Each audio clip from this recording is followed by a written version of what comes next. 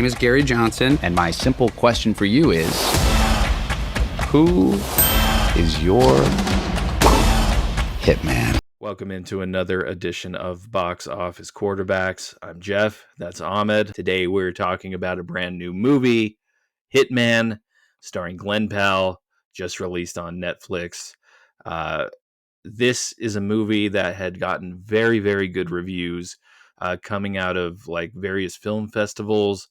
And now seeing it, I can see why the hype was the way it was before this worldwide release on Netflix. Yeah, it was surprising how much I liked it, and I think Glen Powell's been having a pretty good year, and I think people, if they don't know who he is by now, or if they didn't know him then, they'll definitely know him by now. I liked the movie. It wasn't on my radar until I just randomly opened Netflix. I was like, oh, I like that dude. Let's check him out. And then you ended up loving it. So I'm happy to have watched it, even though we were actually supposed to be reviewing Bad Boys. Yeah. Sometimes life gets in the way. Ahmed got a new house. The appliances in my house were all breaking. So I was like, hey, let's pivot to Hitman. And I'm happy we did, because this is not the movie I was expecting. I didn't watch any trailers for this. I only saw the title. I saw Glen Powell in various disguises on the posters. I thought he was playing an actual hitman. But Yeah. The crazy twist, and it's not even really a twist, is he's a college professor, moonlighting with the police department in New Orleans, being the pretend hitman to bust the people for the stings. And he kind of gets thrown into the job. Gary Johnson is the character's name, which is funny because that was a past presidential candidate and former New Mexico governor's name. So I thought that was funny. But Gary is thrown into the job, and he does a hell of a job putting on different characters right off the bat. And I really loved how this movie kind of showed Glen Powell's range as an actor. Right. And it's also a little bit of Texas pride, because he is from Austin, or he's from Texas, I know for sure. He's living in Austin, going to UT. I'm not, a Longhorn, but my wife is, so, go Longhorns. But it was so impressive to see how he was able to navigate through different roles. I was explaining this to a friend of mine recently, how there are certain actors that can just do a role so well that you believe them to be that role, but then they can do another role and you will recognize them as that character. Like John Lithgow, for example. Wherever you remember him from, Third Rock from the Sun, Dexter, or from the movie Shrek, he is all three of those characters, but they're completely different individuals. And Glen Powell being able to emulate that in this movie with several different characters, while also canonically breaking the fourth wall, what's not to love about it, He's almost like Robert Downey Jr. in Tropic Thunder. He's a dude playing a dude disguised as another dude is the line. Well, and I'm gonna have a hot take about Glen Powell, and it's not a negative thing, but just it's gonna be a real hot take. And Jeff, you're probably gonna be pissed off at me for it, but I can't help it. Yeah, go for it. Go right into it. Yeah, let's go right into it. Here we go. You know how I feel about Jonathan Majors. Yes. I loved Jonathan Majors as an actor.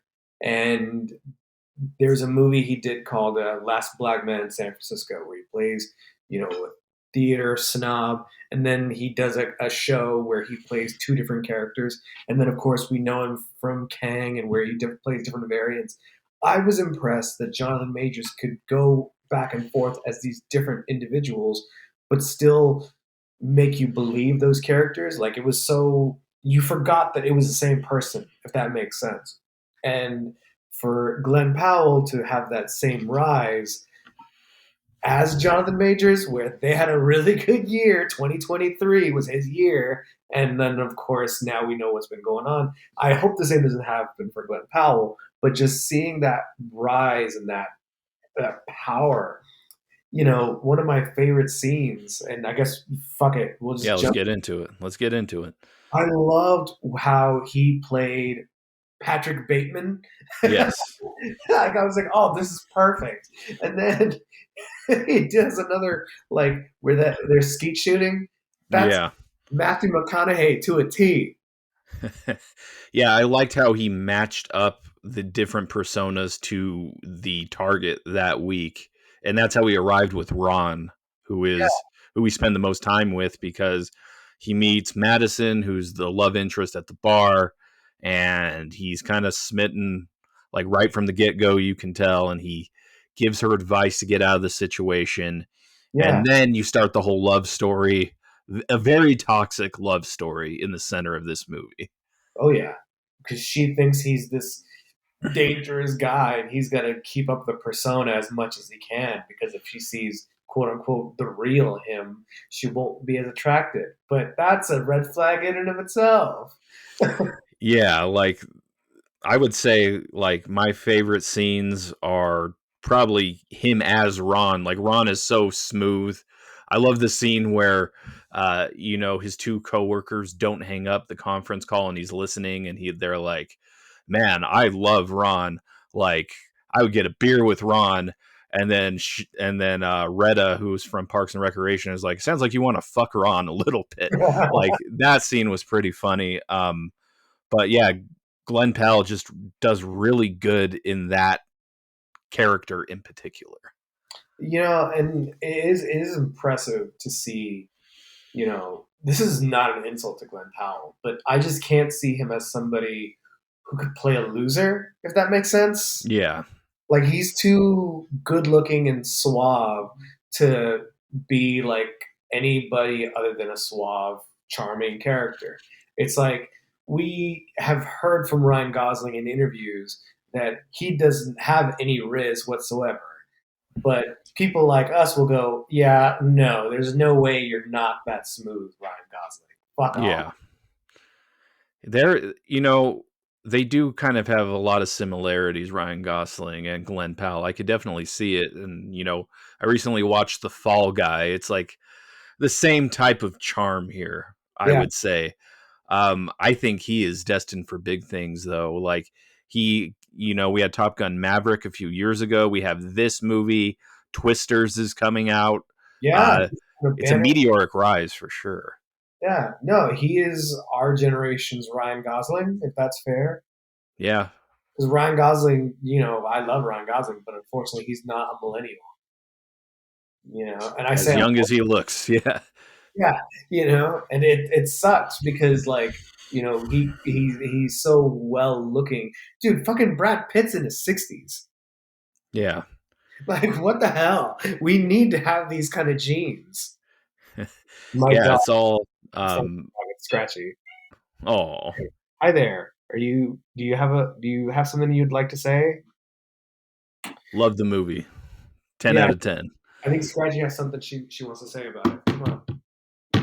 No? All right. Fuck off. Anyway, Leave me alone, Dad. Oh, there we go. Hi, Scratchy. How cute. I loved the movie. Go Longhorns. Oh,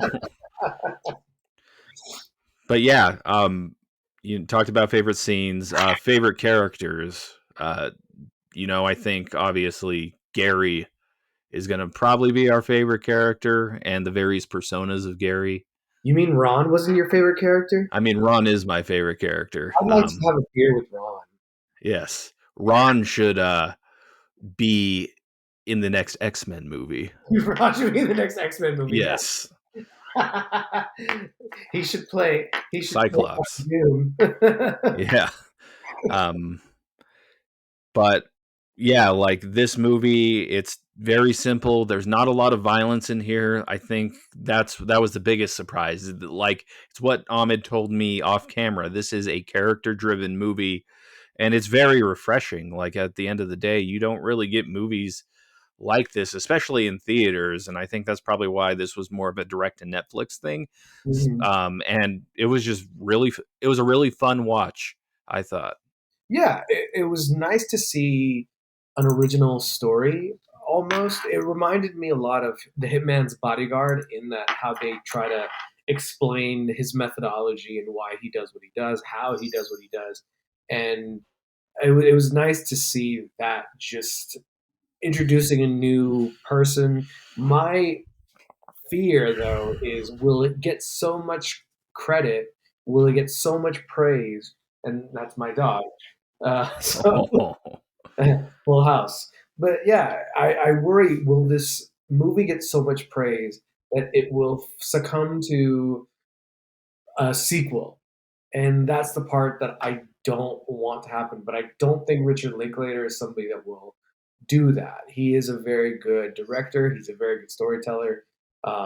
He was the guy behind Bernie. He was the guy behind Boyhood, which took years to make because he's so focused on the storytelling, the craft of filmmaking. yeah. Like, I don't think this needs a sequel.